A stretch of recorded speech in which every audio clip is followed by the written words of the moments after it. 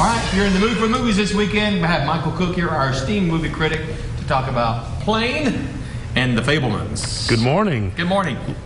The Plane, or Plane, not The Plane, it's just Plane. It's playing at theaters, stars Gerard Butler. He is a commercial airline pilot flying from Singapore to Tokyo.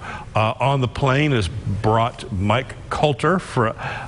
He is a prisoner. Apparently he had been arrested he'd been on the run for 15 years. Wow. So you have, along with 14 other passengers. And of course, with a movie called Plane, of course the plane has to crash. Yep. So Gerard Butler makes a crash landing in a remote island somewhere in the Pacific, kind of near the Philippines, and this island is overrun with armed guerrilla warriors. So not only does he have to keep the passengers alive, he also has to keep them safe from this armed militia that clearly wants to do harm to because they're just hanging out on some deserted island somewhere, exactly, right? on these islands.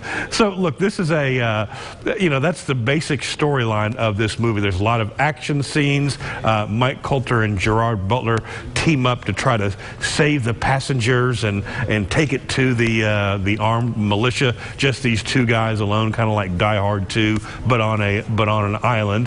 Tony Goldwyn plays an executive who's trying to help them from afar by sending in a sort of like a SEAL Team 6 to save them all.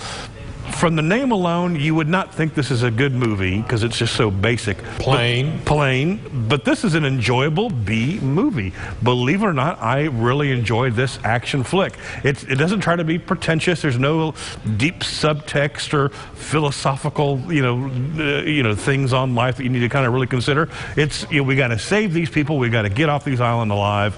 That's the basic storyline, and I thoroughly enjoyed it. It's a good popcorn movie, a good matinee movie, or one of these things that you can stream on your couch at home. I gave it a 7.5 out of 10. I'm actually surprised you gave it a 7.5. I was too, but I really enjoyed it for what it was. Is it a script from the 80s or what? I mean, this script will be done every 5 or 10 years. I mean, it'll be a new story somehow, some way. Are there any snakes on this plane? There are no snakes on this plane. Okay. I think that was already taken up. All right, let's move on to The Fabelmans. The Fabelmans playing at theaters. This is from director Steven Spielberg. This story is sort of the semi-autobiographical tale of his life growing up in the 1950s and the 1960s. Young Stephen, here he's called Sammy, as a teenager, played by Gabrielle LaBelle.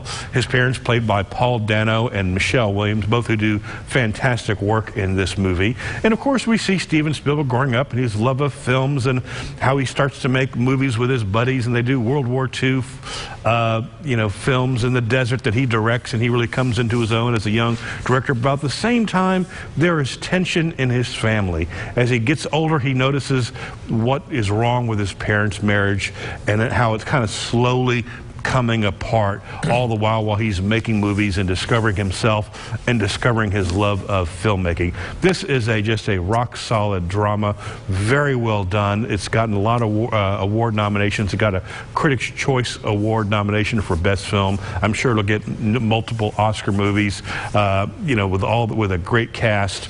Well, if they all know what's good for them, they'll nominate Steven Spielberg. Exactly. It behooves you to nominate one of the best directors in modern American history. I really enjoyed this movie. You can rent it on Amazon Prime, or it's still playing at the theaters. So all in all, I give it a 9 out of 10. 9 out of 10. Really good flick.